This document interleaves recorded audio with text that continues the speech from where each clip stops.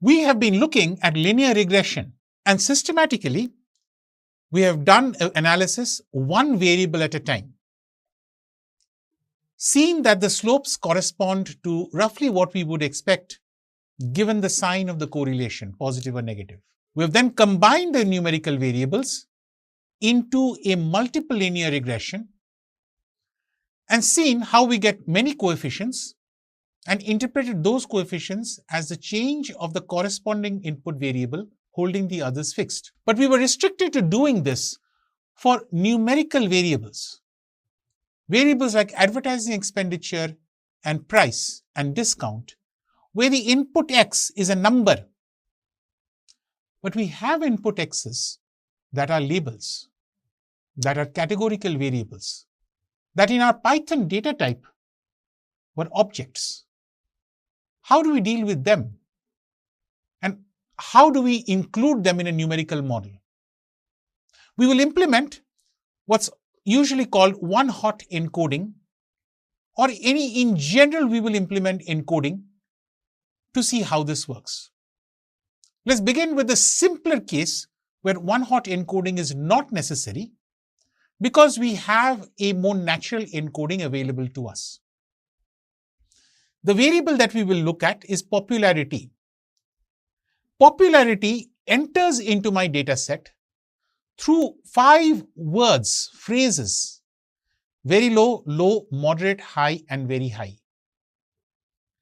So the first thing that we are going to do is we're going to encode these labels. So the label encoding is going to code very low as 1, low as 2, moderate as 3, high as 4, and very high as 5. Now in this particular case, we may not need to be very careful with label encoding because very low, high, moderate apply only to popularity. But ideally, we should need to make sure that they make sense only for the variable that we are looking at. But still, let's set up a label encoding variable in which we have specified what our coding is. Now what we want to do is we want to apply this encoding. We want to apply this to our popularity variable inside X. Now we can do that in a variety of ways. One way to do that is using a lambda function, because we simply don't need to implement this encoding in anything else for now.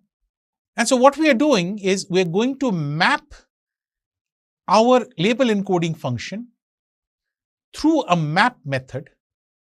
And the map method itself, within the map method, we're going to call the lambda x as a call on the label encoding vector, which is why I'm using a lambda function, because I'm using it simply within the method. But you can do this in other ways as well. But when I do this, in other words, when I now change popularity to this mapping, strictly speaking, I may also choose to create another version of X on which to do this. And I ask for X head. Let's see what has happened. Popularity has now changed. Instead of very high, high, low, etc., it has now gotten these numbers 4, 5, 5, 3. It has converted from a categorical variable to a numerical variable.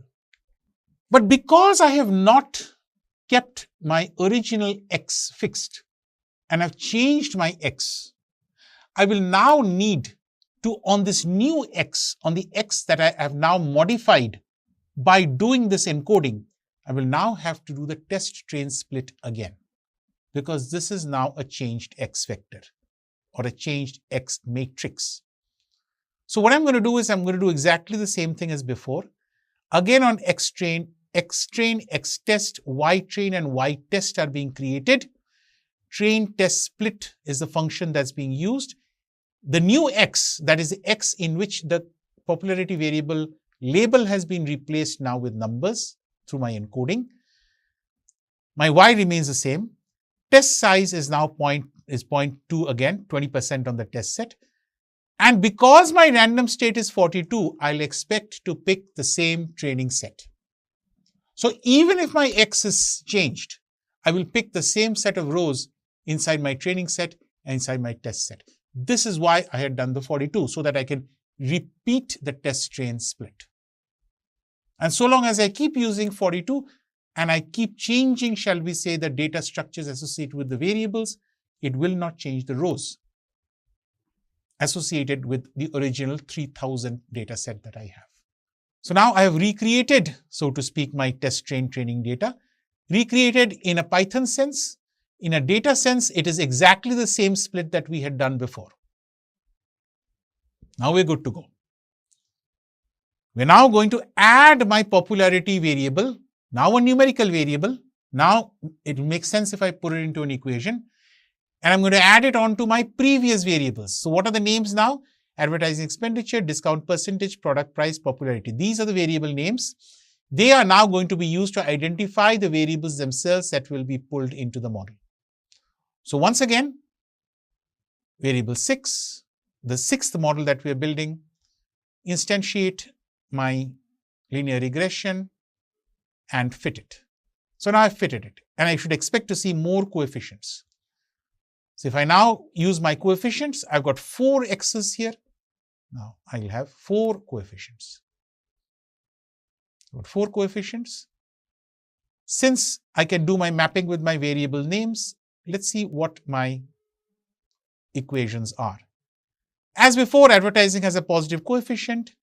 Discount percentage in my multiple linear regression settings previously had become a negative coefficient.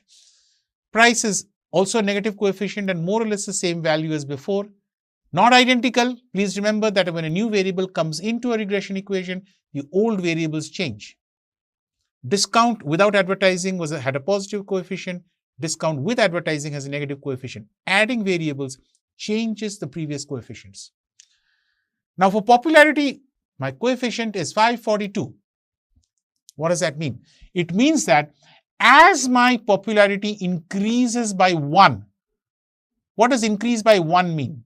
It means, for example, let's go here, going up from low to moderate, 2 to 3, or 3 to 4, which is moderate to high, or high to very high, which is 4 to 5, moving up by 1 unit on this encoding. If that happens, then I'd expect sales to go up by 542 on my sales unit measurement. And so therefore, these may not be very high numbers. And we're not saying that this is a significant regression or any such things yet. But this is the numerical effect of popularity holding price, advertising, discounts, and all of these the same. This may or may not make full business sense, because if the popularity of something is now increasing, I may choose to change the amount of discount I give on it. Or I might choose to change its price on it. These are business decisions I can take that may in turn depend on popularity.